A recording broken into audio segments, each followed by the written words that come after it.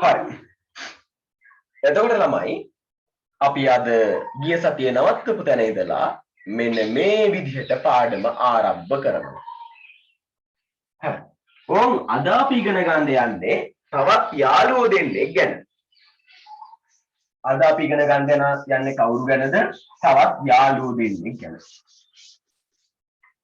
දැන් මම ඔයාලට මේ පාඩම පටන් ගද්දි කිව්ව කාරණයක් පුතේ. ගිණුම්කරණේ පළවෙනි පාඩමෙත් එක්ක ගිණුම්කරණය කියන විෂය මනින්න එපා. මේ පළවෙනි පාඩමේ තියෙන නිකම් BS පාඩමක් වගේ තියරි පොඩ්ඩක් ඉගෙන ගන්න. හරිද? ගණන් හදන්න ඒ රසවත්යෙන් අත්විඳින්න විදිහක් නෑ පළවෙනි පාඩමේ. ඒ වුණාට අපි පළවෙනි පාඩම හොඳට ඔලුවට දාගන්න ඕන. මොකද මේකේ පාඩම් පිළිබඳව විශේෂයෙන්ම ගිණුම්කරණය කියන හැඳින්වීම පිළිබඳව තමයි පළවෙනි පාඩමේ දිගහැරෙන්නේ. තියරි පාඩමක් වගේ. ගිණුම්කරණය කියලා කියන්නේ මොකක්ද කියන එක ඉගෙන ගන්නයි පළවෙනි පාඩම අපිට දීලා තියෙන්නේ. ඉතින් පළවෙනි පාඩමේ 1.5 කොටස හැටියට අපිට ඉගෙන ගන්න තියෙන්නේ ගිණුම්කරණයේ ප්‍රභේද. ගිණුම්කරණයේ ප්‍රභේද. පුතේ ගිණුම්කරණය කොටස් දෙකයි. ගිණුම්කරණය කොටස් කීයද? දෙකයි. මේ දෙක නම් හොඳට දැනගන්න ඕන. හේතුව ඉදිරියේදී මේ දෙක පිළිබඳව අපට දැවැන්ත විදිහට කතා කරන්න සිද්ධ වෙනවා. ඉදිරි අපේ ගිණුම්කරණ ජීවිතය පෙළ ගැහෙන්නේ මෙන්න මේ කියන දෙන්න මත. එහෙනම් ගිණුම්කරණය බෙදෙන ප්‍රධාන ප්‍රභේද දෙක, ප්‍රධාන කොටස් දෙක මොකක්ද? එකක් තමයි පුතේ මූල්‍ය ගිණුම්කරණය. එකක් තමයි මොකක්ද? මූල්‍ය ගිණුම්කරණය. අනිත් එක පුතේ කලමනාකරණ ගිණුම්කරණය. අනිත් එක කලමනාකරණ ගිණුම්කරණය. කලමනාකරණ ගිණුම්කරණය. එකක් මොකක්ද? මූල්‍ය ගිණුම්කරණය. අනිත් එක කලමනාකරණ ගිණුම්කරණය. කලමනාකරණ ගිණුම්කරණය. හරි. දැන් ඔළුවට දාගන්න මොකක්ද? ගිණුම්කරණය කොටස් දෙකයි. එකක් මූල්‍ය ගිණුම්කරණය. අපි ඉංග්‍රීසියෙන් කියනවා financial accounting FA. ඊළඟට කලමනාකරණ ගිණුම්කරණය. අපි ඉංග්‍රීසියෙන් කියනවා management accounting MA. MK නෙමෙයි MA. මට MK නේ පුරුදුද? MA. දැන් ඔයාලට මතකද පුතේ මම කිව්වා ගිණුම්කරණේ පාඩම් 16ක් තියෙනවා අපිට ඉගෙන ගන්න කියලා. මේ පාඩම් 16න් පළවෙනි පාඩම් 12 මෙන්න මේ මූල්‍ය ගිණුම්කරණේ පාඩම්. පළවෙනි පාඩම් 12ම මේ මූල්‍ය ගිණුම්කරණේ පාඩම්. ඉතුරු පාඩම් අතර තමයි මේ කලමනාකරණ ගිණුම්කරණේ පාඩම්. එතකොට උසස් පෙළ නිම කරලා යම් කිසි දවසක ඔයගොල්ලෝ වෘත්තීය විභාග විදියට ඉදිරියට ගියොත් හරිද? CA කරන්න, චාර්ටඩ් කරන්න, සීමා කරන්න වගේ ගියොත් ළමයින්ට accounting ඉගෙන ගද්දි මේ දෙක විෂයන් දෙකක් හැටියට තමයි ඉගෙන ගන්න සිද්ධ වෙන්නේ. මේ දෙක විෂයන් දෙකක් හැටියට තමයි ඉගෙන ගන්න සිද්ධ වෙන්නේ. ඒ කියන්නේ මේ දෙක වෙනම පරාසයන් ඔස්සේ විහිදී යනවා. නමුත් උසස් පෙළ ගිණුම්කරණය හරිම ලේසි හින්දා මේ දෙක එකට ගිණුම්කරණය කියන විෂය ඇතුළෙම අපිට ඉගෙන ගන්න පුළුවන්.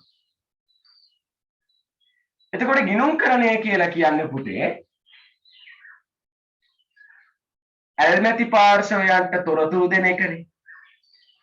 එන්නේ ගිණුම්කරණය ප්‍රධාන වශයෙන් කොටස් දෙකකට බෙදෙනවා. එකක් තමයි මූල්‍ය ගිණුම්කරණය, අනිත් එක කලමනාකරණ ගිණුම්කරණය. මූල්‍ය ගිණුම්කරණය කියලා කියන්නේ මොකක්ද? මූල්‍ය ගිණුම්කරණය කියලා කියන්නේ සියලු ඇල්මැති පාර්ශවයන්ට සියලු ඇල්මැති පාර්ශවයන්ට මූල්‍ය තොරතුරු ලබා දීම. සියලු ඇල්මැති පාර්ශවයන්ට මොනවා ලබා දීමද? මූල්‍ය තොරතුරු ලබා දීම තමයි මූල්‍ය ගිණුම්කරණය කියලා කියන්නේ. කළමනාකරණ ගිණුම්කරණය කියලා කියන්නේ න කළමනාකරුවන්ට පමණක් මූල්‍ය හා මූල්‍ය නොවන තොරතුරු ලබා දීම අපි කියනවා කළමනාකරණ ගිණුම්කරණය කියලා. එහෙනම් දැන් බලන්න මේ දෙන්න අතර වෙනස. මූල්‍ය ගිණුම්කරණය කියලා කියන්නේ මොකක්ද? සියලු ඇල්මැති පාර්ශවයන්ට මූල්‍ය තොරතුරු ලබා දෙන එක. කළමනාකරණ ගිණුම්කරණය කියලා කියන්නේ කළමනාකරුවන්ට පමණක්, බලන්න පුතේ නමේම තියෙනවානේ, කළමනාකරුවන්ට පමණක් අවශ්‍ය මූල්‍ය හා මූල්‍ය නොවන, එයා දෙන්නම දෙනවානේ, මූල්‍ය තොරතුරුත් දෙනවා, මූල්‍ය නොවන තොරතුරුත් දෙනවා. මූල්‍ය හා මූල්‍ය නොවන තොරතුරු ලබා දීමේ ක්‍රමය අපි කියනවා කළමනාකරණ ගිණුම්කරණයයි කියලා. අපි කියනවා මොකක්ද? කළමනාකරණ ගිණුම්කරණයයි කියලා. හරි. එතකොට කෙනෙක්ට හිතෙන්න පුළුවන් සර් ගිණුම්කරණ නිර්වචනම නේද මූල්‍ය ගිණුම්කරණයටත් තියෙන්නේ?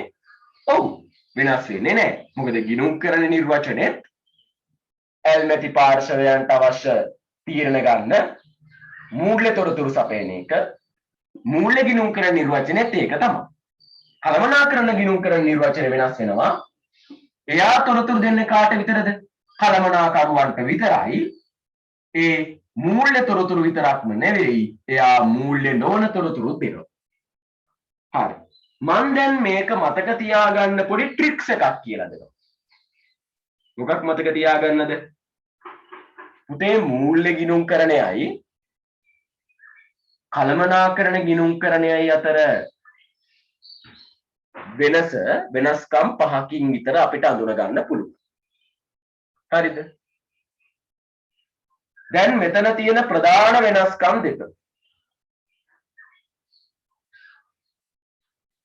මෙතන තියෙන ප්‍රධාන වෙනස්කම් දෙක මතක තියාගන්න මම පොඩි ට්‍රික්ස් එකක් මේ විදිහට පුතාලට කියලා දෙනවා. ඒ කියලා දෙන්නේ නමින්. නමින් මතක තියාගන්න. මෙයාගේ නම මූල්‍ය. මතක තියාගන්න. ඒ හින්දා මෙයා දෙන්නේ මූල්‍ය තොරතුරු විතරයි. මෙයා මූල්‍ය හා මූල්‍ය නොවන තොරතුරු දෙකම දෙනවා. මතක තියාගන්න. මෙයාගේ නම කළමනාකරණ. මෙයා තොරතුරු දෙන්නේ කළමනාකරුවන්ට විතරයි. මෙයා සියලු ඇල්මැති පාර්ශවයන්ට තීරණ ගන්න තොරතුරු දෙනවා. ඒ දෙකෙන් අපිට ප්‍රධාන වෙනස්කම් දෙක මතක තියාගන්න හැකි. ඔව්, ආයෙ බලන්න මුලින් ඉඳලා. ගිණුම්කරණය කොටස් දෙකකට බෙදෙනවා. එකක් මූල්‍ය ගිණුම්කරණය, අනිත් එක කළමනාකරණ ගිණුම්කරණය. මොකක්ද මූල්‍ය ගිණුම්කරණය කියලා කියන්නේ? සියලු ඇල්මැති පාර්ශවයන්ට හැමෝටම අවශ්‍ය මොන තොරතුරුද? මූල්‍ය තොරතුරු ඉදිරිපත් කරන එක අපි කියනවා මූල්‍ය ගිණුම්කරණය කියලා. එතකොට මොකක්ද පුතේ කළමනාකරණ ගිණුම්කරණය කියලා කියන්නේ? කළමනාකරුවන්ට පමණක් අවශ්‍ය මූල්‍ය හා මූල්‍ය නොවන තොරතුරු, කළමනාකරුවන්ට පමණක් අවශ්‍ය මූල්‍ය හා මූල්‍ය නොවන තොරතුරු ඉදිරිපත් කිරීම අපි කියනවා කළමනාකරණ ගිණුම්කරණය කියලා. අපි කියනවා මොකක් කියලාද? කළමනාකරණ ගිණුම්කරණය. හරි. දැන් අපි මේ දෙන්නට අදාළ නෝට් එක දාගමු මෙන්න මේ විදිහට. යන්න ටියුට් එකට. කට්ටියම ගාව ටියුට් එක ඇති. හරි. ඒකේ ගිණුම්කරණ ප්‍රභේද ගිණුම්කරණයේ තොරතුරු ප්‍රයෝජනයට ගන්නා පාර්ශව සපයන තොරතුරු වල ස්වභාවය මත ගිණුම්කරණය ස්වරූප දෙකකි.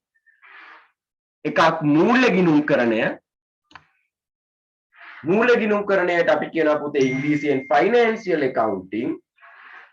අනිත් එක කළමනාකරණ ගිණුම්කරණය. විශ්වවිද්‍යාල වගේ යනකොට ඔවා ඉංග්‍රීසියෙන් ඉගෙන ගන්න සිද්ධ වෙනවා. එහෙනම් දැන්ම මතක තියාගන්න එක ඇත්තටම ලේසි. දැන්ම මතක තියාගන්න කියලා කියන්නේ නිකන් පොඩි වචන පොඩ හුරු වෙන්න. හරි. මූල්‍ය ගිණුම්කරණය කියන එකට තරු ලකුණු දාලා මෙන්න මේ විදිහට ලියා ගන්න. මූල්‍ය ගිණුම්කරණය කියන එකට තරු ලකුණු දාලා මෙන්න මේ විදිහට ලියන්න.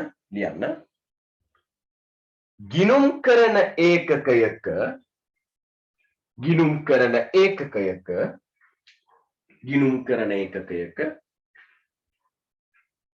මූල්‍ය ගිණුම්කරණයට ගිණුම්කරන ඒකකයක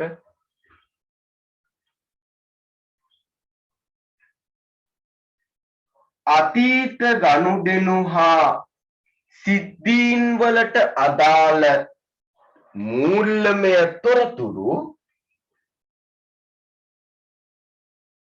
අතීත ගනුදෙනු වලට අදාළ මූල්‍යමය තොරතුරු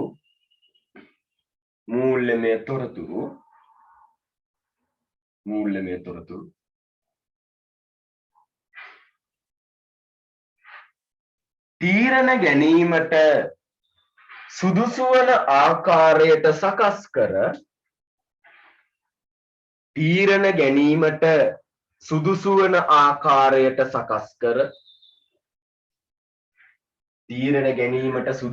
ආකාරයට සකස්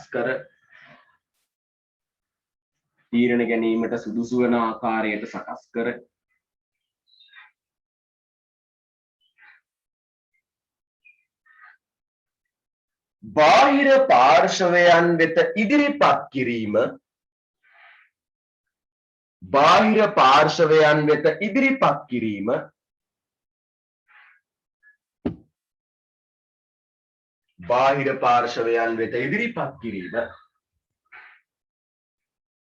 බාහිර පාර්ශවයන් වෙත ඉදිරිපත් කිරීම මූල්‍ය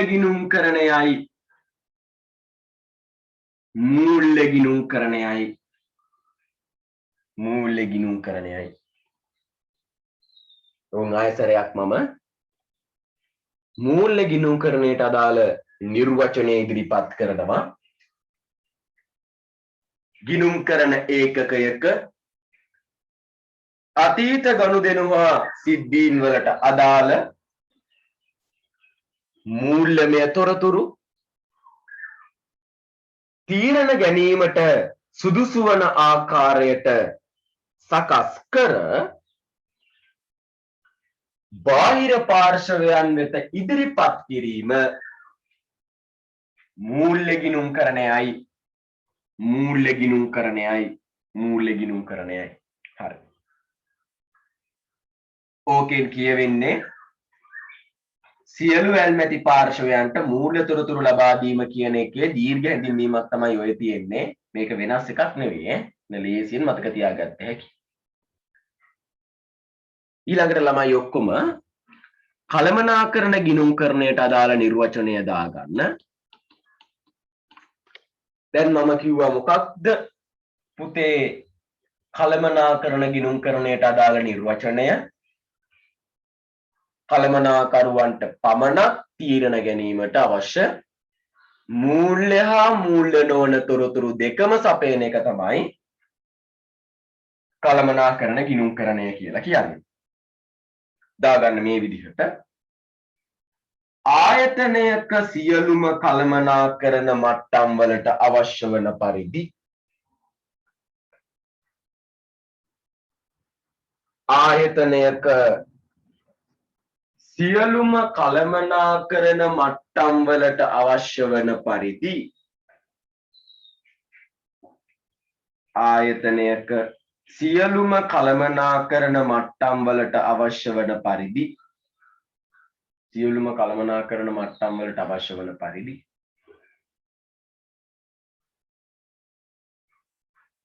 සැලසුම් කිරීම සැලසුම් කිරීම සැලසුම් කිරීම සැලසුම් කිරීම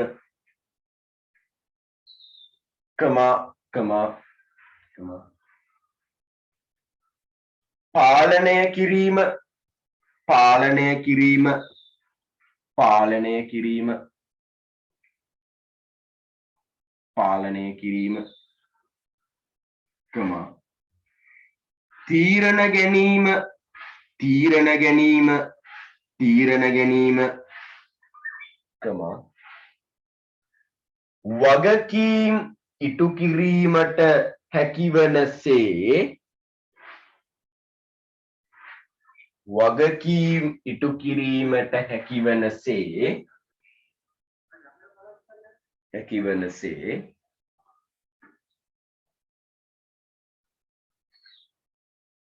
මූල්‍ය හා මූල්‍ය නොවන තොරතුරු සැපයීම මූල්‍ය හා මූල්‍ය නොවන තොරතුරු සැපයීම මූල්‍ය හා මූල්‍ය නොවන තොරතුරු සැපයීම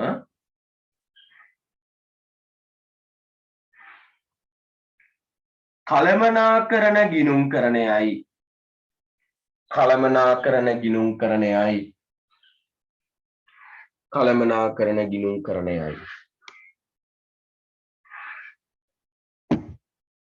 ආයසරයක් මම කියන නෝට් එක මේ විදිහට දාගන්න ආයතනයක සියලුම කළමනාකරණ මට්ටම් වලට අවශ්‍ය වන පරිදි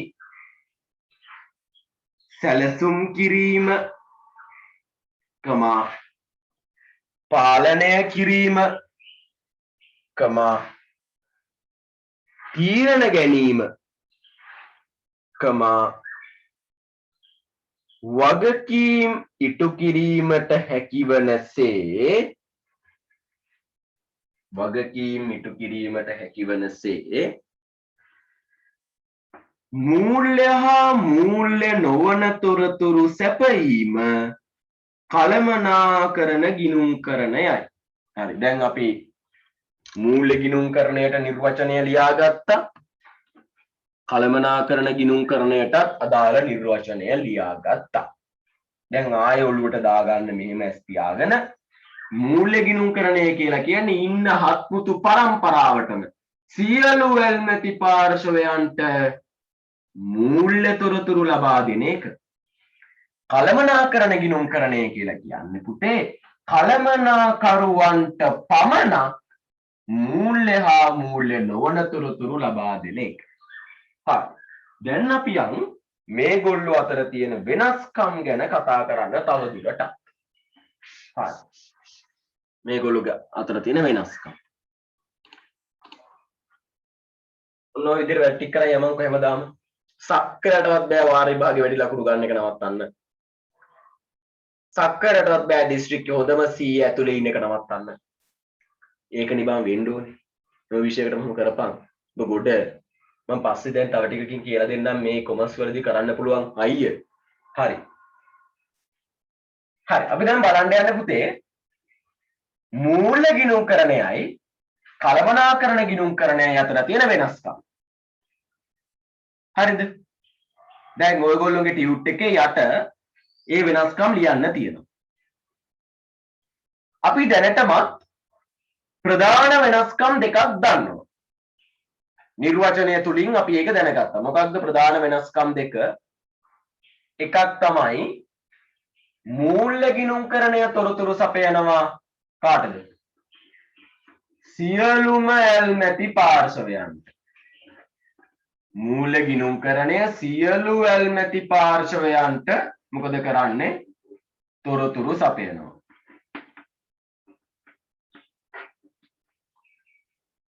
කළමනාකරණ ගිණුම්කරණය තොරතුරු සපයන්නේ කළමනාකරුවන්ට පමණයි. ඒක තමයි පළවෙනි වෙනස්කම. කළමනාකරුවන්ට පමණයි.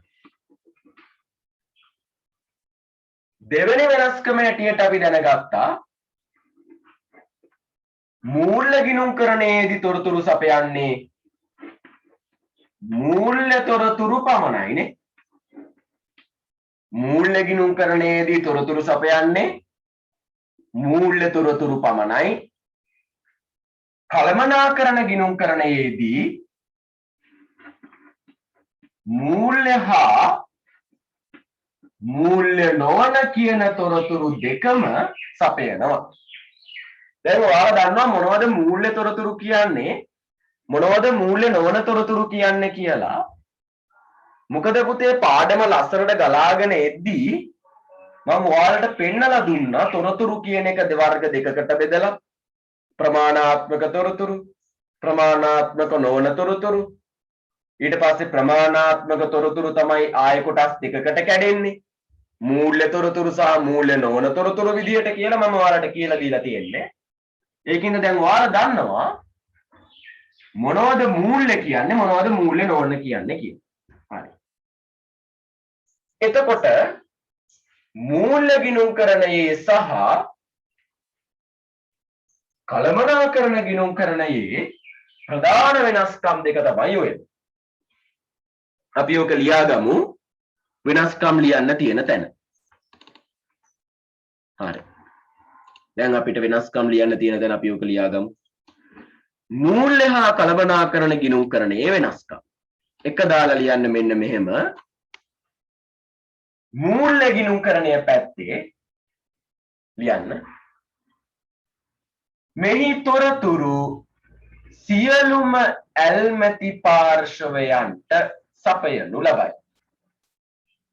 මෙහි තොරතුරු සියලුම ඇල්මැති පාර්ශවයන්ට සපයනු ලබයි.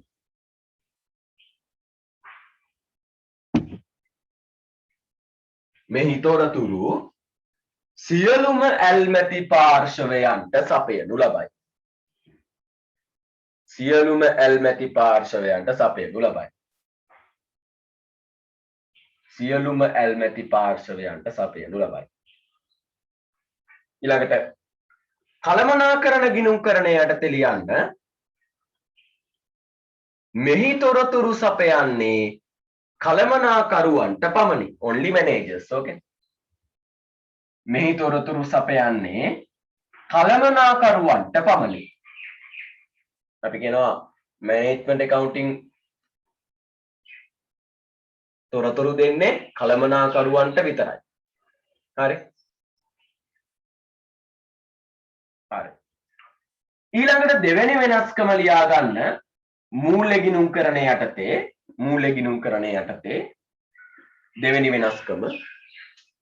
දෙවෙනි වෙනස්කම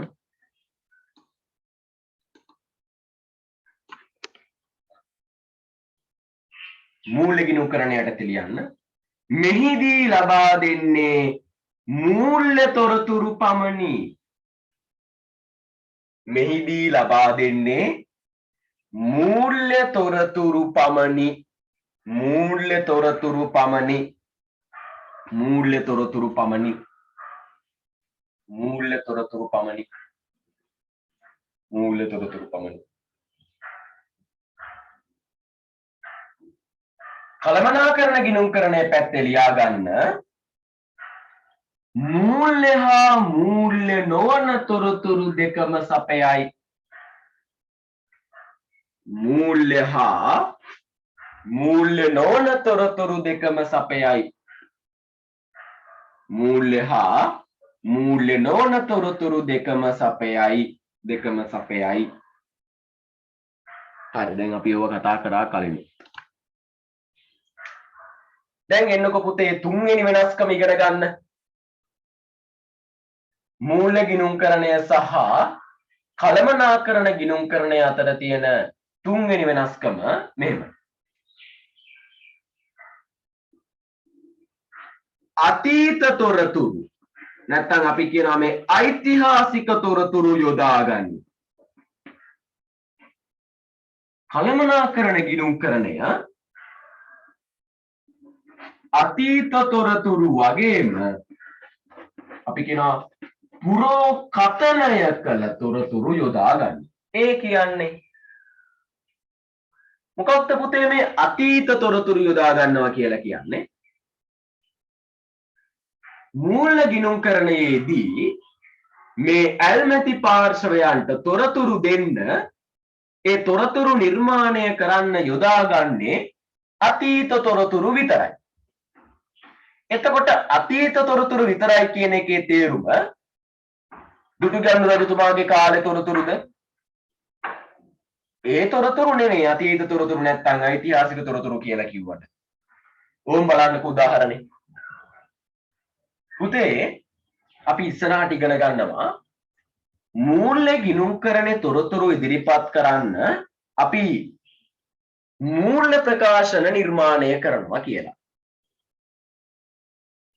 සාමාන්‍ය පෙළට කොමස් කරපු ළමයි මම හැමදාම කියන දේ තමයි උසස් පෙළ කරන්න සාමාන්‍ය පෙළට කොමස් කරලා තියෙන්න ඕනේ නැහැ. මම සමහරලාට එන තියෙන ළමයි කියලා කිව්වට ඒක ඕනේ නැහැ. නිකන් තියෙන ළමයි මේක දන්නවා කියලා කියන්නයි මට ඕනකම තියෙන්නේ.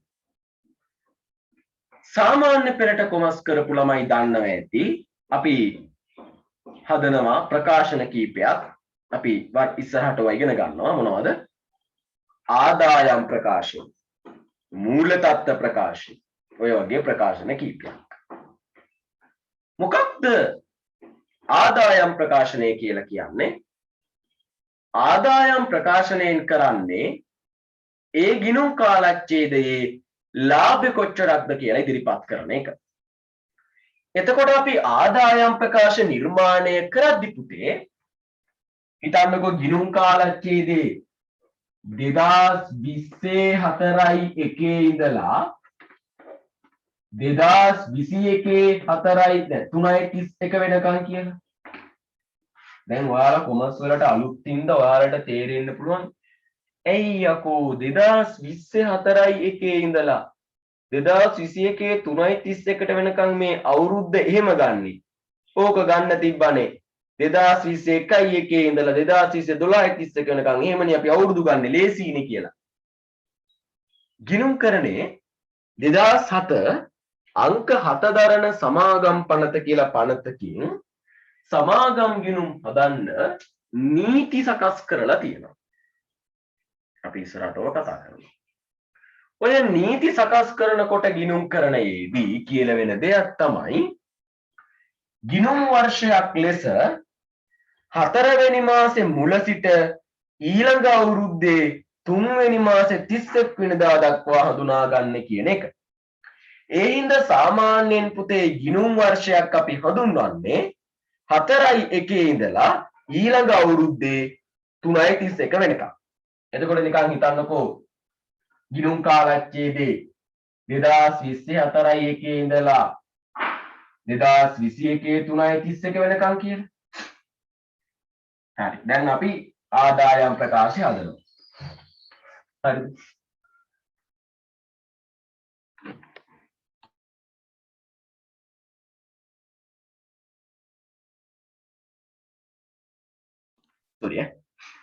ආදායම් ප්‍රකාශය හදනවා.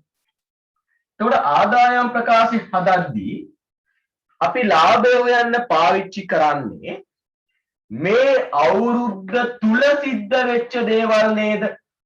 ඒ කියලා කියන්නේ ගිණුම් කාලච්ඡේදේ තුල ඇතුලේ සිද්ධ වෙච්ච දේවල්. එතකොට අපි ආදායම් ප්‍රකාශය හදන්නේ මේ අවුරුද්දේ අපිට ලැබිච්ච ලාභය හොයන්නනේ. ඒ ලාභය යන ආදායම් ප්‍රකාශය හදන්නේ මෙන්න මේ දවසට. අන්තිම දවසටනේ. එතකොට යොදාගන්නේ ඊට කලින් දවස්වල තොරතුරු. ඒ හින්දා තමයි මූල්‍ය ගිණුම්කරණයේදී අතීත තොරතුරු යොදා ගන්නවා කියලා කියන්නේ.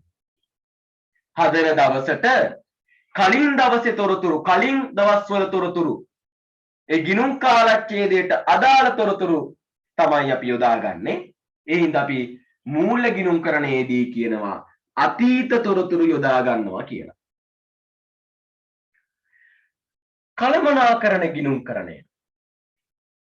කළමනාකරණ ගිණුම්කරණයේදී ඔය කියන විදියට අතීත තොරතුරුත් යොදා ගන්නවා.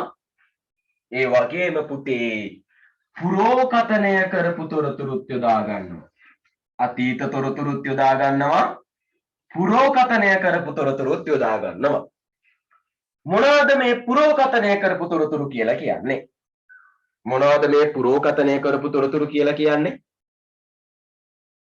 පුරෝකතනය කරපු තොරතුරු කියලා කියන්නේ අනාගතයේ සිදුවේ යයි අපේක්ෂිත තොරතුරු වලට.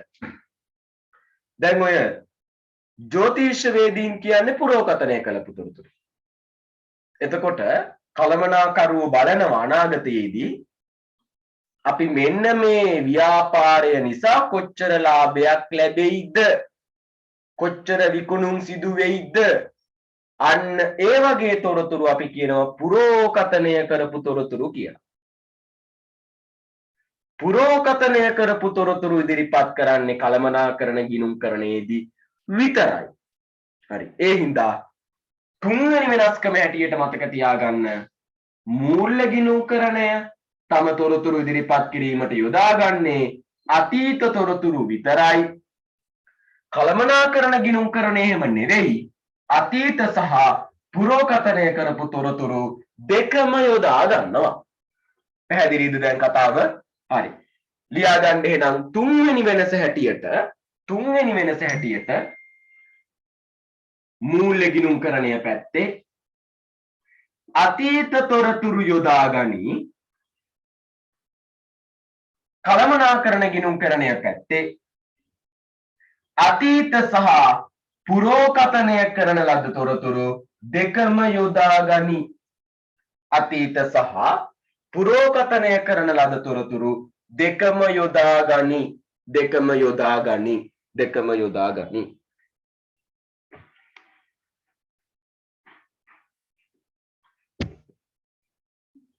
පුරෝකතනය කරපු තොරතුරු කියන එකේ තේරුම දන්නේ නැති ළමයෙක් ඉන්නවා නම් පැත්තකින් ලියාගත්තත් කමක් නැහැ. අනාගතයේදී කියන්නේ අනාගතයේ වේවි යයි අපේක්ෂිත දේවල් වලට තමයි පුරෝකතනය කරනවා කියලා කියන්නේ.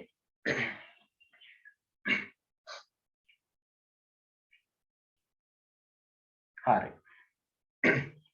අපි යම් හතරවෙනි වෙනස හඳුනා ගන්න.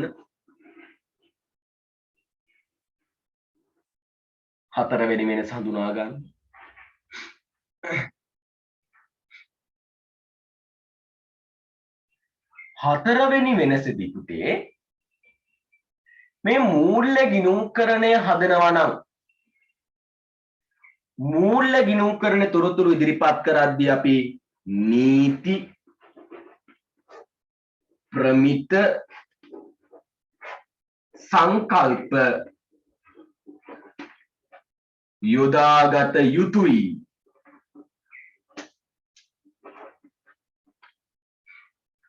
කළමනාකරණ ගිණුම්කරණයේදී නීති ප්‍රමිත සංකල්ප යොදාගත යුතු නැත.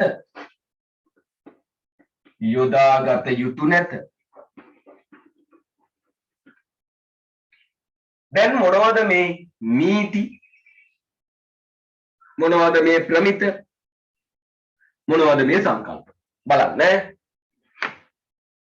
ඕන් අපි බයික් එක නගිනවා. නැගලා ගමේ අර මෙලෝ හද්ද පහසුකම් නැති අර ගුරු පාරේ කැලේ පාරේ යනවා. දැන් අපි මොන පාරේ යනවද? අර හද්ද ගොඩේ ගුරු පාරේ යනවා. ඊළඟට අපි තාර පාරේ නැත්තම් කාපට් එකේ යනවා. මේ අවස්ථා දෙක ගන්නකො. දැන් අපි අර හද්ද ගොඩේ ගුරු පාරේ යද්දි මාර්ග නීති, හෙල්මට් දාන්න ඕන කියන නීති, ලයිසන් තියෙන්න ඕන කියන නීති ටිකක් අනුගමනය කරනවද? නෑනේ. මොකද ඕක අපේ පාරනේ. ඉතින් අපිට කැමති විදියට යනවා. අපිට කැමති දේවල් කර යනවා. මෙච්චර විතර චූකොල්ලොත් ඔය පාරවල් වල ලයිසන් ගන්න කලින් යනවා. හැබැයි කාපට් එකට දැම්මට පස්සේ එහෙම යන්න බෑ. අපේ පාර නෙවෙයි. ඒකට නීතියක් තියෙනවා. අපි යන්න ඕනේ හෙල්මට් දාගෙන, මාර්ග නීති අනුගමනය කරගෙන, මාර්ග සංඥා බලාගෙන, ලයිසන් ටිකත් හරියට අරගෙන නැත්තම් පොලිසියෙන් අල්ලන්න බෑ. ආන්නේ වගේ මේ මූල්‍ය ගිණුම්කරණය කියලා කියන්නේ පුතේ ඔක්කොටම තොරතුරු දෙන එකනේ. ඒක කැමැති විදියට හදන්න බෑ. ඒකට ගිනුම් කරන නීති ප්‍රමිත සංකල්ප වගේ දේවල් යොදාගෙන හරි ප්‍රමිතියකට හදන්න ඕන. එහෙම හැදුවේ නැත්තම් අර පාරේ හෙල්මට් නැතුව යද්දි පොලිසියෙන් අල්ලනවා වගේ එහෙම හැදුවේ නැත්තම් ශ්‍රී ලංකා ගිනුම් කරන හා විගණන සමීක්ෂණ මණ්ඩලය ආයතනයට විරුද්ධව නීතිමය ක්‍රියාමාර්ග ගන්නවා. එහෙනම් මූල්‍ය ගිණුම්කරණය අපට හිතු විදියට හදන්න බෑ. ඒකට නීති තියෙනවා, ප්‍රමිත තියෙනවා, සංකල්ප තියෙනවා. ඒවා අපි යොදා ගන්න ඕන. එimhe යොදාගත්තේ නැතිනම් අපි ඒවා කඩ කරොත් ඒකට අපිට අර කිව්ව ආයතනය දඩුවම් කරනවා. අපි ආයතන පිළිබඳ පසු කාලීනව ඉගෙන ගන්නවා. එතකොට මොනවද ප්‍රමිත කියලා කියන්නේ කියලා අපි ගිණුම්කරණයේ 11 වෙනි පාඩමේදී මොනවද පුතේ සංකල්ප කියන්නේ කියලා අප ගිණුම්කරණයේ 5 වෙනි පාඩමේදී ඉගෙන ගන්නවා. ඒකට අපි මේ වෙන හොඳ දැනුමක් ගන්නවා. එහෙනම් මූල්‍ය ගිණුම්කරණයේ හිතු විදියට කැමැති විදියට හැදිය හැකිද? බෑ. හදන්න නම් නීති ප්‍රමිත සංකල්ප යොදාගත යුතුයි. අනිත් කාරණා කළමනාකරන ගිණුම්කරණය එහෙම නෙවෙයි. අපේ ගමේ පාර අපේ වගේ කළමනාකරුවන්ගේ කළමනාකරන ගිණුම්කරණය උන්ටම තොරතුරු දී ගන්න එකනේ. ඒ හින්දා කළමනාකරන ගිණුම්කරණයේදී නම් නීති ප්‍රමිත සංකල්ප වගේ දේවල් යොදා ගන්න ඕනේ නෑ. කළමනාකරුවන් Tamanට අභිමත පරිදි අවශ්‍ය ගිණුම්කරණ කටයුතු සිදු කර ගන්නවා. අර නිකන් ගමේ පාරේ ලයිසන් නැතුව යනවා වගේ Tamanගේ තැන Tamanට ඕන විදියටනේ. නිකන් හරියට කාමරේ නිදාගත් ඉන්න විදිහයි එළියට ටවුන් එකේ ඉන්න විදියයි වගේ. අපි කැමති විදියට මේ කාමරේ ඉන්න විදියට ටවුන් එකේ හිටියොත් ආයි කෙලින්ම ඉරේ තමයි ළඟින්ද වෙන්නේ. ප්‍රසිද්ධ සමාජයේ අවිනීතව හැසිරීම මත. පස්වෙනි වෙනස. දැන් මේක ලියා ගන්න. හතරවෙනි වෙනස ලියාගත්ත නෑ නේ ලියා ගන්න. හතරවෙනි වෙනස ලියා ගන්න. මූල්‍ය ගිණුම්කරණයේදී නීති ප්‍රමිත සංකල්ප යොදාගත යුතුය. නීති ප්‍රමිත සංකල්ප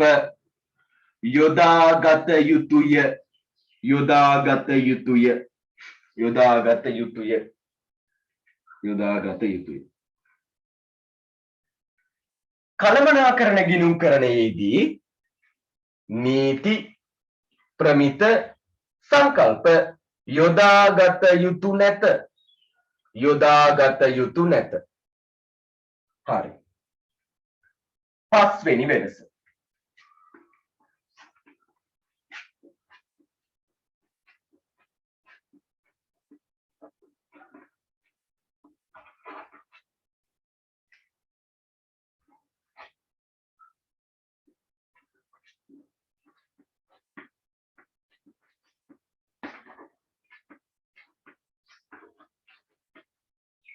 ඒ කියන්නේ මොකක්ද පස්වෙනි වෙනස? මූල්‍ය ගිණුම්කරණයේ මූල්‍ය ප්‍රකාශන නැත්නම් තොරතුරු ඉදිරිපත් කරන ක්‍රම කාලච්ඡේදයකට ඕන තරම් හදන්න බෑ. එක්වරක් විතරයි හදන්න පුළුවන්. ආදායම් ප්‍රකාශය එහෙම කාලච්ඡේදයට 20 30 3 4 හදන්නේ නැහැ. හදන්නේ එක ආදායම් ප්‍රකාශයයි. මූල තත්ත්ව ප්‍රකාශයම 20 30 හදන්නේ නැහැ. හදන්නේ එක මූල තත්ත්ව ප්‍රකාශයයි. ඒ හින්දා පුතේ අපි කියනවා මූල්‍ය ගිණුම්කරණයේදී එක්වරක් පමණක් තොරතුරු සපයයි කියලා. කාලච්ඡේදයකදී එක්වරක් පමණක් තොරතුරු සපයයි කියලා අපි කියනවා. එහෙනම් කළමනාකරන ගිණුම්කරණයේදී කොහොමද? කළමනාකරන ගිණුම්කරණයේදී කොහොමද? එක්වරක් නෙමෙයි කළමනාකරුවන්ට අවශ්‍ය නම් හැමදාම වගේ තොරතුරු ගන්න කළමනාකරුවන්ගේ අභිමතය පරිදි කැමැති වාර ගණනක් තොරතුරු ඉදිරිපත් කරගන්න පුළුවන්. එහෙනම් ලියන්න කළමනාකරණ ගිණුම්කරණයේ පැත්තේ අපිට අභිමත පරිදි ඕනම වාර ගණනක් සකස් කරගත හැකියි. එහෙනම් එන්න මූල්‍ය ගිණුම්කරණයේ පැත්තට ලියන්න පස්වෙනි වෙනස මූල්‍ය ගිණුම්කරණයේදී එක්වරක් පමණක් සකස් කරයි. එක්වරක් පමණක් සකස් කරයි. එක්වරක් පමණක් සකස් කරයි.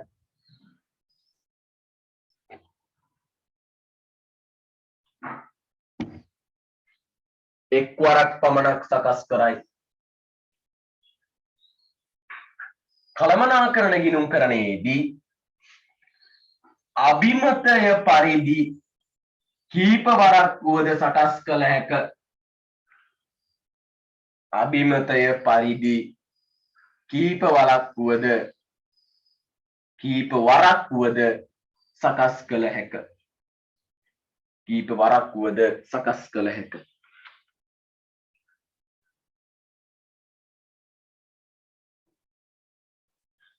කීප වරක් වුවද සකස් කළ හැක. හරි. දැන් අපි මොනවද මේ කතා කරේ? ගිණුම්කරණයේ ප්‍රධාන කොටස් දෙකක් තියෙනවා කියලා බැලුවා. ඒ ප්‍රධාන කොටස් දෙක එකක් මූල්‍ය අනිත් එක කළමනාකරණ කියලා බැලුවා. ඊට පස්සේ අපි මේ දෙන්න වෙනස් වෙන්නේ කොහොමද කියලා වෙනස්කම් පහකින් ඉගෙන ගත්තා. හරි. දැන් මම හිතනවා ওই ටික පැහැදිලිව තේරෙන්නේ නැති කියලා. ගන්න ඕන. හරි. දැන් මූල්‍ය ගිණුම්කරණය කියන එක සහ කළමනාකරණ ගිණුම්කරණය කියන එක අතර වෙනස සහ මේ වෙනස්කම් ටික අනිවාර්යයෙන් අපේ උසස් පෙළ ප්‍රශ්න පත්‍රයේ මුල්ම ප්‍රශ්න ටික. ඉතින් ඕවා මේ එක්සෑම් ලන් වෙනකන් වාර විභාග ලන් වෙනකන් ඉන්න නෙවෙයි. දැන්ම අවබෝධ කරගන්න, දැන්ම පාඩම් කරගන්න එක මත තියෙන වාසිය කොච්චරද? දැන් මේ ටිකේ පන්තියක් ඉවරුනාට පස්සේ දැවැන්ත දෙයක් පාඩම් කරගන්න නැහැ. චුට්ටයි. ඒ චුට්ටක් දෙන්නේ හේතුවක් ඇතිව. ඒ ටික ඔලුවට දාගන්න. ඊට පස්සේ ස්පේස් by ස්පේස් වලට ඔලුවට දාගන්න තොගයක් හැදෙනවා. එහෙම නැතුව මේ ඔක්කොම එකට එකතු වුණාට පස්සේ බත් එක කනවා වගේ බත් පිගානම කනවා වගේ මේ ඔක්කොම ඔලුවට දාගන්න බෑ. සතියේ මේක දුන්නහම අද රෑව පාඩම් කරන්න කියනව නෙවෙයි. දැන් රෑ 11 වෙනකන් ඇහැරිලා ඉඳලා පාන්දර 3ට ඇහැරිලා වැඩ කරන්න කියනව නෙවෙයි. මේ චුට්ට මතක තියාගන්න පැය භාගයක් ඇතිනේ සතියට. ඔය ඩෙඟානට ගමන් ආතල් ගන්න ගමන් පැය භාගයක් ජීවිතේ ඉදිරි කාලයට ආයෝජනය කරන්න. මේක පොඩ්ඩක් බලාගනින්කෝ. වැඩේ ගොඩ. හරි. එතකොට මට පොඩි දෙයක් කියන්න හිතුණා. ඔක කියන්න හිතුනේ ඊයේ 21 ළමයින්ට ඔක කතන්දරේ කියන්න ගත්තට පස්සේ මට හිතුණා 23 ළමයින්ට හිත අලුත් සෙට් එකට මේක පොඩ්ඩක් කියන්න ඕන කියලා. මොකද උන් තාම සමාජය ගැන උන් තාම මේ ලෝකය ගැන හරියට දන්නේ නැහැ. පළවෙනිම කාරණය තමයි පුතේ හොඳට අහගනින්. ඔයා දැන් ශිෂ්‍යත්වයේ ලියලා සාමාන්‍ය පෙළ ලියලා හරිද? හරිද? දැන් A level ලියන්නයි මේ යන්නේ. දැන් A level කියලා කියන්නේ ජීවිතයේ තරංගකාරීම සහ පෙරලිකාරීම විභාගේ. අනිත් ඇටි ලබ්බවල් වලට මොනවද තිබ්බත් A level ඩවුන් වුණොත් වැඩේ ක්ලෝස් කියලා මම ඔයාලට කියලා දුන්නා. මම දැන් මේ හදන්න යන්නේ පට්ට පොරක් ඈ. දැන් මේ මම හදන්න යන්නේ පට්ට පොරක්. මේ පට්ට පොරට සාමාන්‍යයෙන් මාසික වැටුප වුණත් ගත හැකි ලක්ෂ 4ක්වත් ඉක්මවනවා.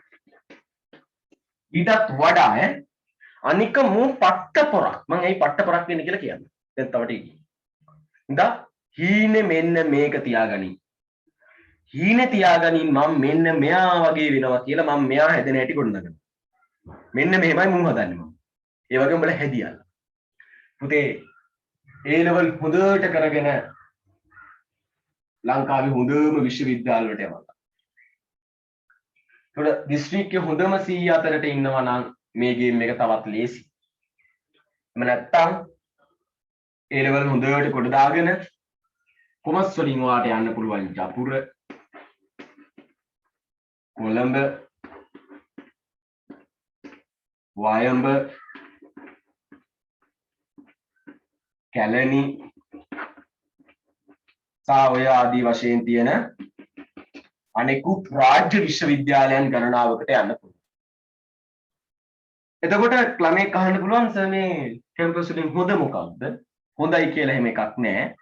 රජයේ මැනේජ්මන්ට් තියෙන හැම කැම්පස් එකක්ම හොඳයි. හැබැයි පොඩි ප්‍රශ්න මේ ප්‍රශ්න නෙමෙයි විනාශ නෙමෙයි. මෙහෙම දේවල් තියෙනවා. ඔය ඩිග්‍රිය ඉස්සරහින් වැටෙන අකුරු ටිකක්. මම ඔයාලට තේරෙන විදිහට කියන්නම්. පුතේ BSc කියලා වැටෙන්නේ Bachelor of Science විද්‍යාවේදී කියලා වැටෙන්නේ ජපුර විශ්වවිද්‍යාලයේ සහ වයඹ විශ්වවිද්‍යාලයේ විතරයි. ජපුරයි වයඹයි විතරයි BSc දෙන්නේ. Bachelor of Science. කොළඹ දෙනවා Business Administration කියලා ව්‍යාපාර අධ්‍යයනයේදී උපාධිය.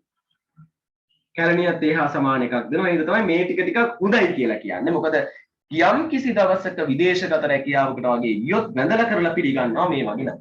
අනිත් ඒ වගේත් එහෙම තමයි. ගොඩක් අර පිළිගැනීම වැඩි. හරි. දැන් ඔයා මේකට සිලෙක්ට් වුණාට පස්සේ ඔයාට තියෙනවා government university degree එක. හරි. දැන් government university degree එකක් ගත්තා කියලා ඔයා පට්ට පොරක් වෙන්නෙත් නෑ. නෝන්ජල් පොරක් වෙන්නෙත් නෑ. ඔයාට ෂේප් ඔයාට ජීවිතේ ගෙනියන්න පුළුවන්. අවුලක් නෑ. අවුලක් නෑ කියලා කියන්නේ ලක්ෂ දෙක තුනක බැටුපක් අරගෙන පොඩ්ඩක් පොඩි ආතල්ලකේ ඉන්න පුළුවන්. හැබැයි පුතේ මෙතනින් නවතින්න එපා. මෙතනින් නවතින්න එපා. ඔයා ඊට පස්සේ කරන්න ඕනේ මොනවද? අද ක්වොලිෆිකේෂන් නැත්තම් වෘත්තීය විභාගයකට පෙනී ඉඳපන්. මොනවද ලෝක ලංකාවේ තියෙන වෘත්තීය විභාග? CA CIMA වස්සිමා ඊළඟට ACCCA ඊළඟට තව තියෙනවා CAA වගේ දේවල් ගොඩාක් තියෙනවා. අපරක් තියෙනවා. ඒත් මේවා තමයි හොඳම. මේ වගේ මේ දෙක තමයි වැලියු. CA සහ සීමා. CA කියලා කියන්නේ ඉතින් ඔය කොමර්ස් උන්ටම උපදිච්ච එකක් වගේ එකක්. අනිත් උන්ට කරන්න බැයිද? පුළුවන්. හැබැයි උන්ට කරන්න බෑ මොකද කොමර්ස් දැනුම අතිශයින් අවශ්‍යයි. සීමාත් එහෙමයි. හැබැයි කොමර්ස් කරනුම් බහුතරයක් තෝරගන්නේ CA. CA කියලා කියන්නේ පුතේ chartered accountant කියන එකට. වරලත් ගණකාධිකාරී. දැන් කවදා හරි දවසක හීනෙ වෙන්න ඕනේ කවුරු වෙන්නද? වරලත් ගණකාධිකාරී. වරලත් ගණකාධිකාරීවරයෙකුට ලංකාවේ වැටුප කොච්චරක් හම්බෙනවද? කීයක්ද? ලක්ෂ 10කට 9කට වඩා වැඩි වැටුපක් අනිවාර්යෙන් දිය යුතුයි. අනිත් කාරණේ තමයි මම මේක කියන්නම් කොච්චර වැලියුද කියලා. CA කියලා කියන්නේ ලෝකේ අමාරුම විභාග තුනෙන් එකක්. ලංකාවේ තියෙන CA ලෝකේ අමාරුම විභාග තුනෙන් එකක්. සාමාන්‍යයෙන් 40000ක ගෲප් එකක් පෙනී හිටියොත් ක්වොලිෆයිඩ් වෙන්නේ නැත්නම් සමත් වෙන්නේ අන්තිමට වසර 3 ඉවර වෙලා මේ වරලත් ගණකාධිකරණ කියන ශාස්ත්‍රයට පිවිසෙන්නේ 130යි. 100ට එකකටත් වඩා අඩුයි. 100ට එකකටත් වඩා අඩුයි ඈ. ඉහිඳා දැවැන්ත තරගකාරී හැබැයි මේ 130ට ගොඩ වුණොත් කියලා නිම කරන්න බෑ. එතකොට ඔයාට ගවර්න්මන්ට් ඩිග්‍රී එකකුත් තියෙනවා. චාර්ටර්ඩ් ඇකවුන්ටන්ට් ඩිග්‍රියක් තියෙනවා. හරිද? මෙහෙම පොරක් හිතා ගන්න අමාරුයි. මෙහෙම ඉන්න ඕන තරම් මෙහෙම තමයි වෙන්න ඕනේ. අපි කොහොමද මෙහෙම නෙවෙන්නේ.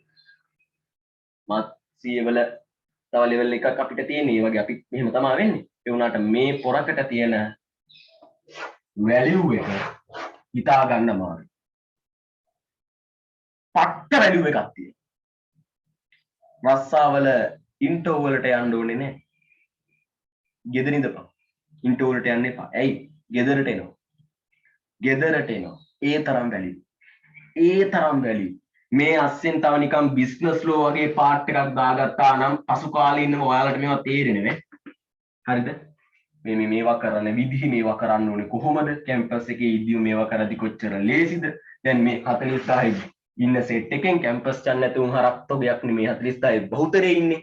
මුන් මේ 46න් හැලෙන්නේ මේ 130 අනිවාර්යෙන් මේ කැම්පස් වල උන් සෙට් එක මුන් ටිකට එතනත් උගන්වනවා මෙතනත් උගන්වනවා උන් හිඳ ගොඩ යනවා.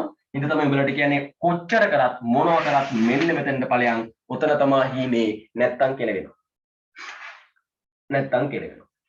එතකොට නිකමට කල්පනා කරපන් උඹලට මේවා නිකමට තේරෙන්නේ නැතුව ඇති. නමුත් යම් කිසි දවසක තේරෙයි මම උඹලව මෙන්න මෙතෙන්ට ගෙනහිල්ලා ඊට පස්සේ මම උඹලට දවසක කියලා දෙන්නම් මෙන්න මෙතනට යන විදිය. හරි? හැබැයි මෙන්න මෙතන මේ දඩපොර වෙන්න නම් නිකමට හිතපන් මොනවා කරන්නත් කලින් මේක ගොඩ දාන්න ඕනේ. උඩ මේකෙන් තමයි මූ නිර්මාණය වෙන්නේ. මේකෙන් තමයි මූ නිර්මාණය වෙන්නේ. එහෙම නැතුව මූ නිර්මාණය වෙන්නේ නෑ. ඉඳා මොන ගේම් එක ගහන්නත් මොන දේ කරන්නත් ඉස්සරලාම උසස් පෙළ ගොඩ දාගත යුතුයි. ඉස්සරලා මොකක් ගොඩ දාගත යුතුයිද? උසස් පෙළ ගොඩ දාගත යුතුයි. පට්ට විදියට ගොඩ දාගත යුතුයි. ගොඩ දාගෙන යමල්ලා මේවට ජීවිතේ කොච්චර ලස්සනද කියලා හිතන්න ඵලයල්ලා මේවට. මෙතනට යන්න ඔයාගේ ශිෂ්‍යත්ව ලකුණු බලපාන්නේ නෑ. ඔයාට O level වල ඒකක් නැද්ද? බලපාන්නේ නෑ. එහෙම නැති උන් අනන්තවත් කැම්පස් වල ඉන්නවා. බලපාන්නේ උසස් පෙළ වැඩ කිරීම පමණයි. මම මේක තමයි හැම වෙලෙම කියන්නේ වැඩ කරපන් රවුන්ඩ් දෙක ගහන්න එපා. අරුන් ඔය යන මේ රැල්ලට අහු වෙන්න එපා. බහුතරේ රැල්ලට අහු වෙලා කොච්චර මේ ලෝකෙ විනාශ වෙනවද? හරි. අපේ උනත් කොහෙ ගියත් කමක් නෑ හරියට වැඩ කරපන්. 10000න් 9600ක් එළියට යන්නේ ඔය රැල්ලට යන හින්දා. අර නෑගල මේ නෑගල කඳු අස්සේ හරිද? ඔය 1000 2000ට පුරව ගත්තාම මේවට හීන තියෙන උන් ගොඩක් නැති වෙනවා. දැන් ඒ හීන නම් නැති කරගන්න එපා. මොනවා වුණත් මෙන්න මෙතනින් මෙතෙන්ට පැනපන්. පැන්නනම් ගොඩ මෙතනට යන හැටි ඉබේම නිකන් පා වෙලා යන්නේ. ඒ සෙට් එකත් එක්ක එකතු වෙලා පා වෙලා යන්නේ. මේවා බොරු නෙමෙයි. දැන් අර ගිර වගේ කතාව දන්නවනේ. මොකද්ද පුතේ ගිර වගේ කතාව? මොකද්ද ගිර වගේ කතාව? මොකද්ද ගිර වගේ කතාව?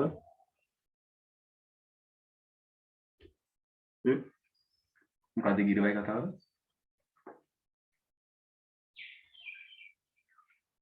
ගිරව් දෙන්නෙක් හිටියා.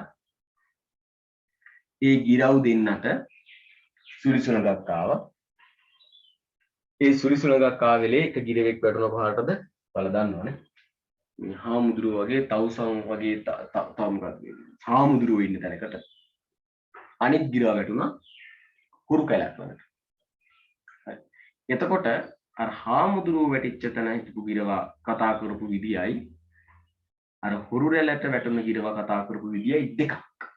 ඒ වගේ මේ 10000න් හුදම 100 නැත්තම් 400 ඇතුළට ඇවිල්ලා විශ්වවිද්‍යාලයට යන එක ඉදිරියට යන විදියයි අනිත් 9600 ඉදිරියට යන විදියයි දෙකක්.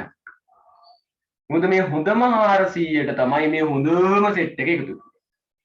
මේ හොඳම 400ට මේ හොඳම සෙට් එක එකතු වෙනවා. පැහැදිලිනේ මම මේ කියන දේ නේද? ඒ හින්දා හොඳට ඔළුවට දාගන්න ඕනේ කොහොම හරි ගේම් එක ගොඩ දාගන්න. කොහොම හරි ගේම් එක ගොඩ දාගන්න. පැහැදිලිනේ? හරි. ඒ හින්දා හොඳට මතක තියාගනින් මේ ගේම් එක නම් ගොඩ දාගත යුතුමයි. මේ ගේම් එක ගොඩ දාගත යුතුමයි. හරි. ඒක තමයි හොඳට ඔළුවට දාගන්න ඕනේ. මේක තමයි ජීවිතේ වටිනම දේ. ඒක හොඳට මතක තියාගනින් අනිත් මොන රෙද්දක්වත් නෙමෙයි. මේ රෙද්දවත් නෙමෙයි ඈ. මේ රෙද්ද නම් හොදන්නලා තියෙන්නේ. හරි. අපි යන්නේ එහෙනම් ඊළඟට.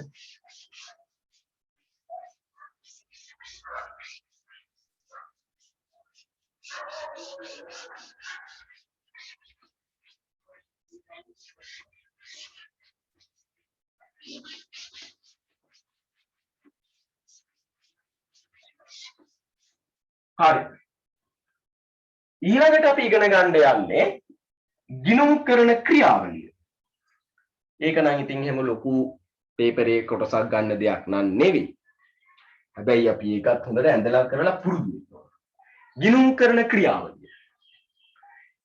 ගිණුම් කරන ක්‍රියාවලිය ගැන කතා කරන්දී මම ඒක කොටස් දෙකකට කඩලා කතා කරනවා.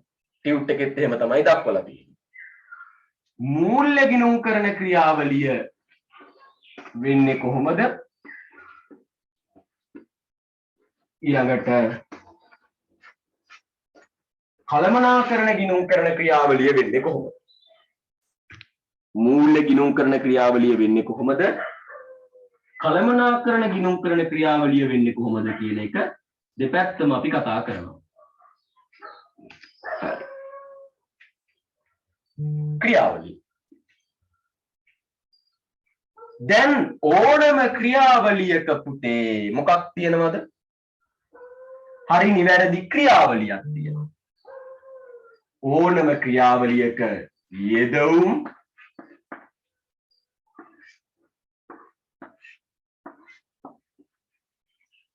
ඊට පස්සේ ක්‍රියාවලිය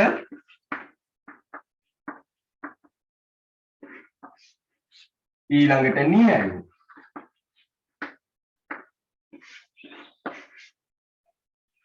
යෙදවුම් ක්‍රියාවලිය නිමැවුම් ඕනම ක්‍රියාවලියක මෙහෙමනේ. ගිණුම් කරන ක්‍රියාවලිය විතරක් නෙමෙයි ඕනම ක්‍රියාවලියක් යෙදවුම් ටිකක් තියෙනවා. ඒක ක්‍රියාවලියකට ලක් වෙනවා. ඊට පස්සේ තමයි නිමැවුම එළියට එන්නේ. මොනවද? මොකද්ද අපි ගත්තොත් එහෙම විශේෂයෙන්ම පාන් ගෙඩියක් හදන හැටි ගන්නකො. පාන් ගෙඩියක් හදද්දි යෙදවුමට දානවා මොනවද? පිටි, සීනි, වතුර. ඊට පස්සේ ක්‍රියාවලියට පාන් හදන විදිහට ලක් කරලා ඊට පාන් ගෙඩියට එනවා. ඒ වගේ මූල්‍ය ගිණුම් කරණයේදීත් යෙදවුම හැටියට පාවිච්චි කරනවා ගනුදෙනු. මොනවද යෙදවුම හැටියට පාවිච්චි වෙන්නේ? ගනුදෙනු. ඒ ගනුදෙනු ටික අපි මොනවා කරනවද පුතේ? අපි මොනවා කරනවද ගනුදෙනු ටික? හඳුනා ගන්නවා. ඊට පස්සේ සටහන් කරනවා. ඊට පස්සේ වර්ග කරනවා. ඊට පස්සේ විශ්ලේෂණය කරනවා. ඊට පස්සේ අපිට එළියට එනවා මූල්‍ය ප්‍රකාශන. මූල්‍ය ගිණුම් කරණයේදී ඊට පස්සේ එළියට එනවා මොනවද? මූල්‍ය ප්‍රකාශන. මොනවද මූල්‍ය ප්‍රකාශන? ආදායම් ප්‍රකාශය, මූල්‍ය තත්ත්ව ප්‍රකාශය, හිමිකම් වෙනස් වීමේ ප්‍රකාශය. හරිද? මුදල් ප්‍රවාහය ප්‍රකාශය. සටහන්. හරි. එතකොට මූල්‍ය ගිණුම් කරන ක්‍රියාවලිය මොනවද යොදවන්නේ? ගනුදෙනු. ඒ ගනුදෙනු ලක් කරනවා ක්‍රියාවලියකට. මොකක්ද ක්‍රියාවලිය? හඳුනා ගන්නවා, සටහන් කරනවා, වර්ග කරනවා, විශ්ලේෂණය කරනවා. එහෙම කරාට පස්සේ නිමැවුම විදිහට අපිට එළියට එනවා මූල්‍ය ප්‍රකාශන. මොනවද මූල්‍ය ප්‍රකාශන? මූල්‍ය ගිණුම් කරන්නේ මූල්‍ය ප්‍රකාශන පහක් අපිට ඉගෙන ගන්න තියෙනවා. අපි ඔය පයිස්සරට කතා කරනවා. එකක් තමයි ආදායම් ප්‍රකාශය, අනිත් එක මූල්‍ය තත්ත්ව ප්‍රකාශය, අනිත් එක හිමිකම් වෙනස් වීම ප්‍රකාශය, අනිත් එක මුදල් ප්‍රවාහ ප්‍රකාශය, අනිත් එක සටහන්. අනිත් එක සටහන්. පැහැදිලිනේ? හරි. මූල්‍ය ගිණුම් කරන ක්‍රියාවලිය කියන ටියුට් එකේ ක්‍රියාවලිය කතා කරන්න තියෙන තැන බලන්න ඕක ඇඳ ගන්න කට්ටියම මෙන්න මෙතන මූල්‍ය ගිණුම් කරන ක්‍රියාවලිය. හරි. ඇඳ ගන්න බලන්න බෝඩ් එකේ තියෙන එක. බෝඩ් එකේ තියෙන එක ඇඳ ගන්න.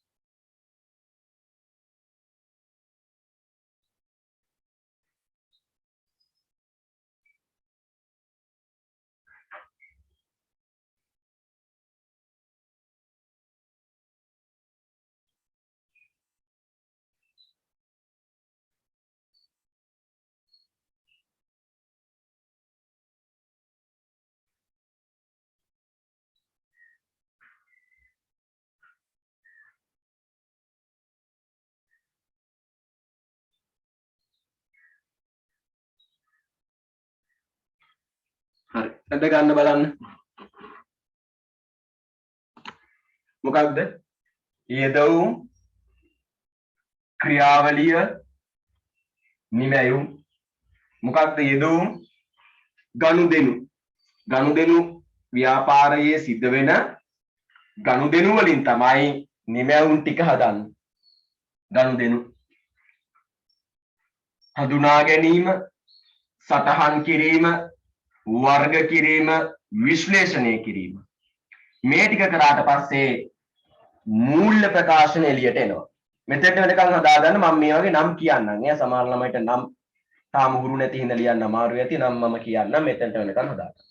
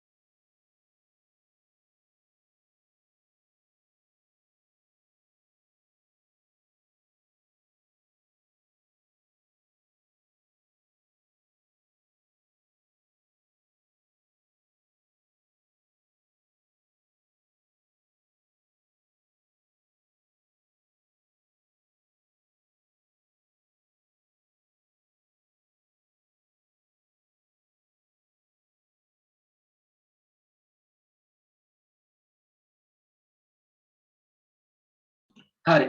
ලියාගත්තද? හරි. ලියන්න මූල්‍ය ප්‍රකාශන යටතේ ආදායම් ප්‍රකාශනය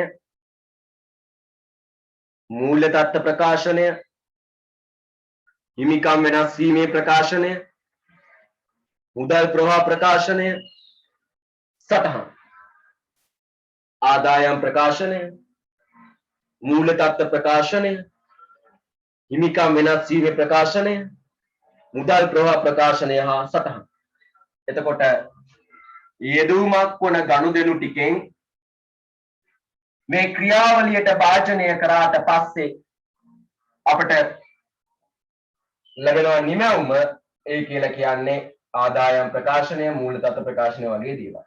දැන් මේවා අපි ඉස්සරහට කතා කරනකොට තව ටිකක් මුදින් තේරෙන්න ගන්නවා. හරි? මේ වචන සමහර ඒවා දන්නේ නැතුව ඇති. ඒක ගැටලුවක් වෙන්නේ නැහැ. මේ ටික හොඳින් ලියා කියා ගන්නයි ඕනකම තියෙනවා. මොකද ගිණුම් කරන ක්‍රියාවලිය වගේ දෙයක් ප්‍රශ්න පත්‍රයේදීත් එහෙම ලොකුවට භාජනය වෙන්නේ නැහැ. හරි. ඔක ලියාගත්තද දැන් පැහැදිලිව? ඔක ලියාගත්තද පැහැදිලිව?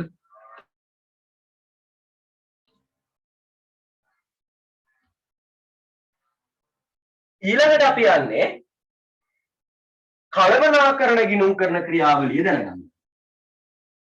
ඊළඟට අපි යන්නේ මොකක්ද දැනගන්නද? කළමනාකරණ ගිණුම් කරන ක්‍රියාවලිය දැනගන්න. මොකක්ද කළමනාකරණ ගිණුම් කරන ක්‍රියාවලිය? ඒකෙත් අර මුල් පියවරයන් ටික මේ ටිකම තමයි. යෙදවීමෙන් ක්‍රියාවලියකට භාජනය කරාට පස්සේ නිමවුම අපිට ගන්න පුළුවන්. හරි. මොකක්ද යෙදවීම? ඒකේ යෙදවීම තමයි පුතේ අතීත තොරතුරු සහ අනාගත තොරතුරු. අතීත තොරතුරු සහ අනාගත තොරතුරු. අතීත තොරතුරු සහ අනාගත තොරතුරු. අතීත තොරතුරු සහ අනාගත තොරතුරු. ඊළඟට මේක ක්‍රියාවලියකට භාජනය කරාට පස්සේ නිමවුම විදිහට අපිට එනවා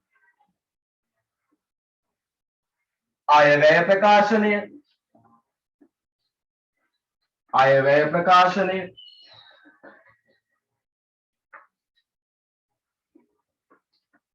පොදු කාර්ය විභජන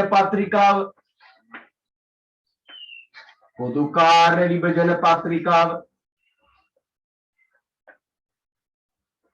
වැටුප් පත්‍රිකාව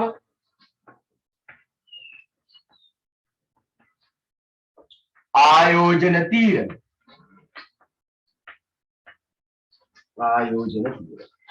හරි දැන් බලන්න යෙදවූ මොනවද යෙදවුම්? අතීත තොරතුරු සහ අනාගත තොරතුරු. මේ ටික තමයි පුතේ යෙදවුම්. මේ ටික යෙදවුවට පස්සේ අර කලින් ක්‍රියාවලියම තමයි කලින් ක්‍රියාවලියම කරනකොට නිමවුම විදිහට අපිට එනවා අයවැය ප්‍රකාශනය පොදු කාර්ය විභජන පත්‍රිකාව වැටුප් පත්‍රිකාව ආයෝජන තීරණ. පැහැදිලිනේ? ඔන්න ඔය ටික අපිට එනවා. දැන් පැහැදිලිද? දැන් මේ ටික තමයි හොඳට ඔලුවට දාගන්න ඕනේ. මේ ටික තමයි හොඳට ඔලුවට දාගන්න ඕනේ. හරි. දැන් පැහැදිලිනේ නේද? හරි. මේක ලියාගන්න ඉක්මනට කළමනාකරණ ගිණුම් කරන ක්‍රියාවලිය. කළමනාකරණ ගිණුම් කරන ක්‍රියාවලිය. කළමනාකරණ ගිණුම් කරන ක්‍රියාවලිය ඉක්මනට ලියාගන්න. මෙන්න මෙතන. ලියාගන්න බලන්න කළමනාකරණ ගිණුම් කරන ක්‍රියාවලිය. හරි. එතකොට පුතේ මේ තමයි මූල ගිණුම් කරන ක්‍රියාවලිය සහ කළමනාකරණ ගිණුම් කරන ක්‍රියාවලිය. ඒත් අපි ටිකක් ඉස්සරහට ගියාට පස්සේ පාඩම් වල මේක පොඩ්ඩක් වෙනස් විදියට ඉගෙන ගන්න. එහෙනම් මේ දැන් මේ ඉගෙනගත්ත ක්‍රියාවලිය කියන එක එච්චරම ලොකුවට ඔලුවට දාගන්න ඕන දෙයක් නෙවෙයි. හැබැයි අර දැනගෙන තියාගෙන ඉන්න. වාරි භාගයක වගේ අහන්න පුළුවන්. හරි. දැන් එතකොට ඔතනින් 1.1 කියලා කියන්නේ පළවෙනි පාඩමේ පළවෙනි කොටස ඉවර වෙනවා. අපිට තව පළවෙනි පාඩමේ පොඩි කොටසක් තමයි කරන්න තියෙන්නේ. ඒ තමයි ගිණුම් කරන පරිසරය. ගිණුම් කරන පරිසරය. හරිද? ඒ ගිණුම් කරන පරිසරය කියන එක අපි ඊළඟ සතිය තුල කතා කරද්දී හොඳට මතක තියාගන්න. සමහරට ඒ සතියෙන් තුල පළවෙනි පාඩම ඉවර වෙයි. අපි පොඩක් හිමීට අපි යන හින්දා ඊළඟ සතිය කරාවි. ඒක ප්‍රශ්නයක් නැහැ. මොකද අපි හොඳට ඔලුවට දාගන්නයි ඕනේ. ඒක ගැටලුවක් නෑ. මොකද සමහර ළමයි හිතනවා මෙහෙම. සමහර ළමයිනේ ඔක්කොමත් එහෙම. ගිණුම්කරණය කියලා කියන්නේ හොඳටම ඉගෙන ගන්න ඕනේ සමාගම් ගණන්. හවුල් ගණන්. ඒක වැරදි. සමාගම් ගණන් හවුල් ගණන් ඉගෙන ගන්න ඕන තමයි. හැබැයි ගිණුම්කරණය හොඳටම දැනගන්න ඕනේ පළමු දෙවන තෙවන සිව්වන කියන පාඩම් හතර. ඔය හතර නම් පට්ටෙටම දැනගන්න ඕන. ඇයි? ඔය හතරෙන් තමයි අනිත් හැම පාඩමක්ම ගොඩ නැගෙන්නේ. ඔය හතර තමයි අනිත් හැම පාඩමක්ම ගොඩ නගවන්නේ. ඒ හින්දා හොඳට මතක තියාගනින්. පළමු දෙවන තෙවන සිව්වන ඒවනම් සියල්ල දැනගෙන ඉන්න ඕන. පැහැදිලිනේ? ඒවනම් සියල්ල දැනගෙන ඉන්න ඕන. හරි. හරි. ඊළඟ කතන්දරේ. දැන් අපි මොකක් පිළිබඳවද කතා කරේ? අද කතා කරේ මූල්‍ය ගිණුම්කරණයයි කළමනාකරණ ගිණුම්කරණයයි අතර වෙනස්කම් ටික. නේ? අද කතා කරේ මූල්‍ය ගිණුම්කරණයයි කළමනාකරණ ගිණුම්කරණය අතර වෙනස්කම් ටික. දැන් බැලුවොත්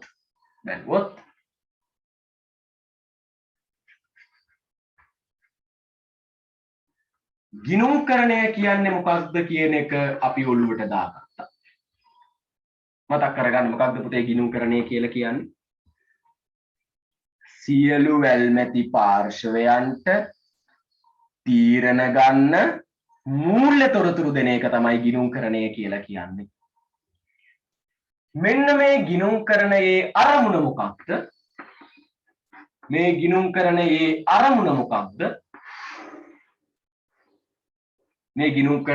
මොකක්ද? ඒකත් ඒකමයි ප්‍රධාන අරමුණ සියලුම පාර්ශවයන්ට අවශ්‍ය තීරණ ගැනීම උදෙසා ගිණුම්කරණ තොරතුරු සැපයීම. ඊළඟට අනු අරමුණ මොනවද? ව්‍යාපාරය බංකොලොත් වීම වළකාලීම, ව්‍යාපාරය මෙහෙයුම් ප්‍රතිඵලය ගණනය කිරීම. ඊට පස්සේ මොකද්ද තව? නීතිමය ලේඛනයක් විදියට පාවිච්චි කළ හැකියි. ඊට පස්සේ අපි කතා කරා තොරතුරු වර්ග දෙකයි කියලා. මතක් කරගන්න මොනවද තොරතුරු වර්ග දෙක? එකක් තමයි ප්‍රමාණාත්මක තොරතුරු, අනිත් එක ප්‍රමාණාත්මක නොවන තොරතුරු. මේ ප්‍රමාණාත්මක තොරතුරු අපි තවත් වර්ග දෙකකට බෙදුවා. එකක් තමයි මූල්‍ය, අනිත් එක මූල්‍ය නොවන. එකක් තමයි මූල්‍ය, අනිත් එක මූල්‍ය නොවන. එකක් මූල්‍ය, අනිත් එක මූල්‍ය නොවන. ඊළඟට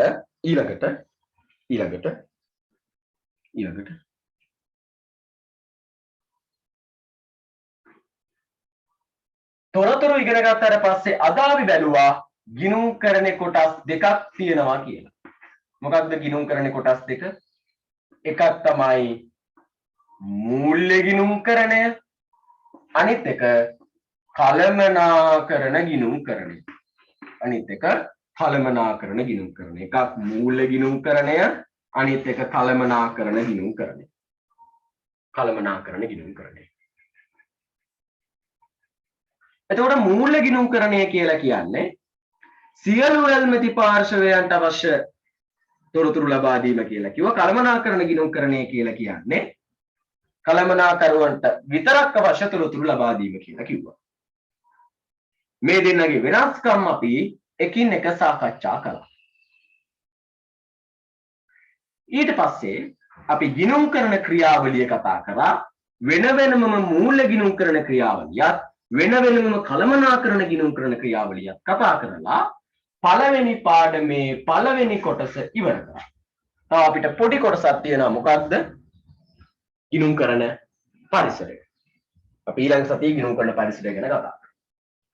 දැන් එතකොට උසස් පෙළ ප්‍රශ්න පත්‍රයේ ලකුණු 4ක් විතර 5ක් විතර 100ෙන් ගන්න පුළුවන් පාඩමක් මේ කොටසක් අපි කරලා ඉවරයි. පළවෙනි වාර විභාගයෙන් ලකුණු දැනන්ත ප්‍රමාණයක් මේකෙන් අපිට එනවා.